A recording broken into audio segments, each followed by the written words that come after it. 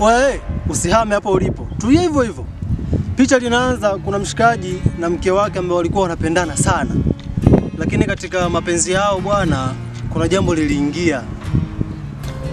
Mapenzi yao yalidumu sana kwa muda mrefu sana. Siku moja ikatokea mwanamume anataka kusafiri kuelekea Marekani kwa ajili ya kwenda kufanya kazi. Wakasindikizana vizuri na mke wake mpaka airport. Walipofika airport, mwanamke aliondoka na gari baada ya kuagana na mume wake. Lakini mume baada ya kujisearch akawa amesahau passport nyumbani. Ikabidi afunge safari arudi tena nyumbani.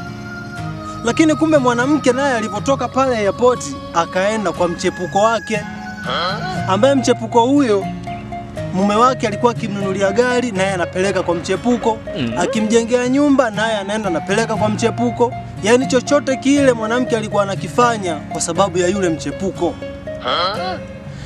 Mwanamke alipofika kwa mchepuko wake akamkuta mchepuko ana mchepuko, yani ana mwanamke mwingine. Mwanamke aliumia sana na ilimuumiza sana. Akatoka akilia akielekea mpaka nyumbani kwake. Alifika akatupa kimkoba kwenye kochi, kisha akasimama ukutani akaanza kulia sana. Muda si mrefu mlango ukafunguliwa. Mwanamke akasikia kwamba nyuma yake kuna mtu kaingia. Kwa akili yake na mawazo yake alijua moja kwa moja kwamba huyu ni mchepuko wangu amekuja kuniomba msamaha. Mwanamke akaongea shiti nyingi sana pale.